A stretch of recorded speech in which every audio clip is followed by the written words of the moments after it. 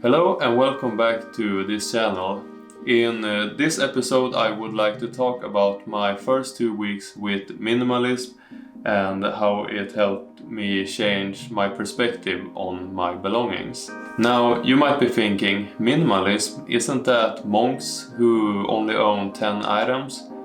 Well, kinda, but not really.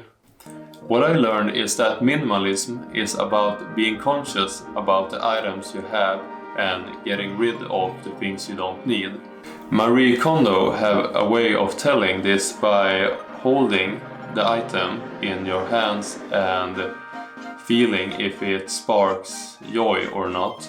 I think many of us can relate to the old saying, a full closet but nothing to wear, which is interesting to me because at one point we wanted that t-shirt or dress, but now when we look at it, it's unwearable. In some cases it may be because it's old or not our style anymore, but I think in many times we just bought that because of to satisfy the need of buying things. And to me I feel like that is the point of minimalism from what I learned, to get joy from having less stuff instead of buying things and throwing them away later because we realize that is just something we don't need.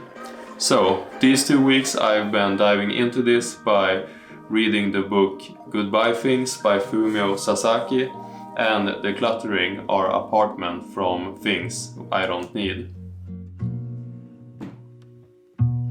Everything from clothes I don't use to duplicates in the kitchen and furniture which only act as a space to unload things on. It was kind of crazy to me going through the apartment with this new mindset and seeing things everywhere that I don't use anymore. If you see an item that you haven't been using for over a year, chances are that you might not be using it the following year either. The point of decluttering is to ultimately free up mental space by reducing the things in our surroundings. Let's take a desk for example. Which one do you prefer? It sounds really simple, but it might be hard in practice because things have a way of finding themselves into our homes, and that's why we should think twice about the purchases we make. I think it's important to remember that there is no one true definition of minimalism and no threshold of when one can consider themselves a minimalist or not.